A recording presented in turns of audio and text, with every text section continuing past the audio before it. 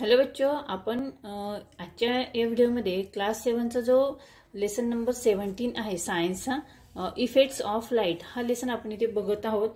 या लेसनचे दोन पार्ट आपण या अगोदर बघितलेले आहेत। त्यानंतर आज पार्ट 3 मध्ये आपण लेसन इथे कंप्लीट करणार आहोत। पार्ट 3 चा जो आपला पॉइंट आहे तो आहे what is an Eclipse. Eclipse आहे, इक्लिप्स याला आपण मराठीमध्ये काय म्हणतो तर ग्रहण। ग्रहण म्हणजे काय, व्हॉट इज एन इक्लिप्स म्हणजे काय तर ग्रहण म्हणजे नेमके काय तर बघूया। The moon revolves about the earth and the earth along with the moon revolves around the सन।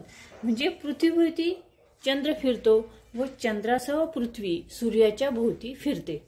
पृथ्वीच्या भोवती कोण फिरतं तर चंद्र फिरतो आणि पृथ्वी आणि चंद्र दोघेही सूर्याच्या भोवती फिरतात। म्हणजे सूर्य हा स्थिर असा ग्रह आहे, तारा आहे, स्टार आहे।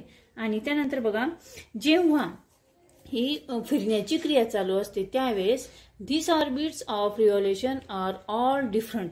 हे जे सूर्य आणि चंद्र आणि पृथ्वी दोघेही फिरत असतात त्यावेळेस त्यांचे जे भ्रमण कक्ष असतात, फिरण्याच्या ज्या दिशा असतात ते वेगवेगळे असतात। भ्रमण कक्ष त्यांच्या कसे असतात, वेगवेगळे असतात। When the sun, the moon and the earth come in a straight line and eclipse is called have taken place. आणि ज्यावेळेस त्यांचे भ्रमण कक्ष चालू असते चंद्र आणि पृथ्वीची सूर्याच्या भोवती त्यावेळेस हे फिरता फिरता तिघही हे एका लाईन मध्ये, एका स्ट्रेट लाईन मध्ये येतात, एका सरळ रेषेत येतात। त्यालाच आपण ग्रहण लागले असे म्हणतो। ठीक आहे, त्यालाच आपण इक्लिप्स असे म्हणतो। तर हे जे इक्लिप्सचे दोन टाइप्स आहे बघा, पहिला आहे सोलार इक्लिप्स, ठीक आहे, आणि दुसरा आहे लुनार इक्लिप्स। आता आपण अगोदर सोलार इक्लिप्स बघूया।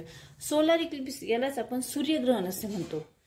तर सूर्यग्रहण केव्हा होते, कसे होते तर बघा, during its revolution when the moon comes between the sun and the अर्थ।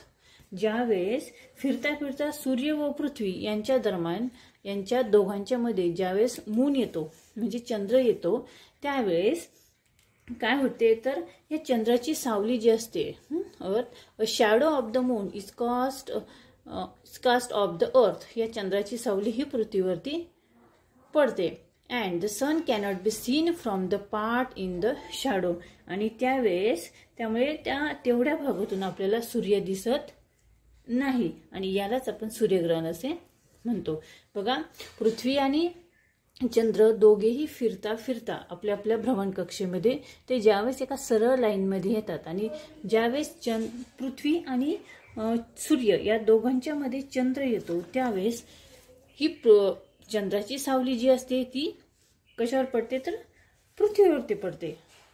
तेवढ्या भागामधून आपल्याला सूर्य दिसत नाही, यालाच आपण सूर्यग्रहण असे म्हणतो। सूर्यग्रहण हे नेहमी कधी असते तर अमावस्येला असते। म्हणजे this is called solar eclipse. Solar eclipse is seen only on an new moon day. New moon day म्हणजेच त्याला आपण अमावस्या असे म्हणतो। The solar eclipse may be either partial or total. Sometimes the solar day is completely covered by the moon. म्हणजे काय तर बघा, काही वेळा सूर्यबिंब चंद्रामुळे पूर्ण झाकलेले जाते तेव्हा खग्रास सूर्यग्रहण होते। सूर्य हा पूर्णपणे झाकलेला जातो चंद्रामुळे, त्यावेळेस आपण त्याला टोटल सोलार इक्लिप्स म्हणतो, म्हणजे खग्रास सूर्यग्रहण त्याला असं म्हटलं जातं। When the solar disc is not covered fully by the moon we have particle solar eclipse. आणि जेव्हा हा पूर्णपणे झाकला जात नाही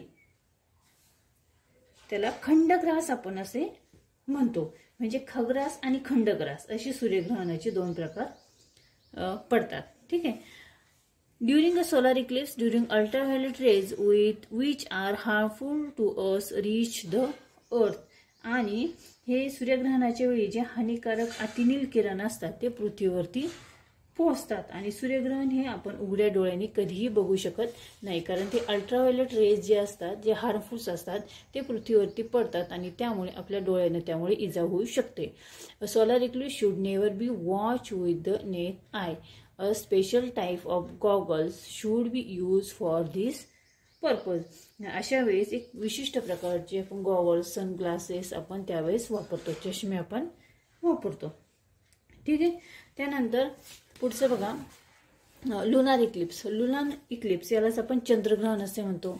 When the earth comes between the sun and the moon, a shadow of the earth is cast off the moon and a part of the moon is covered.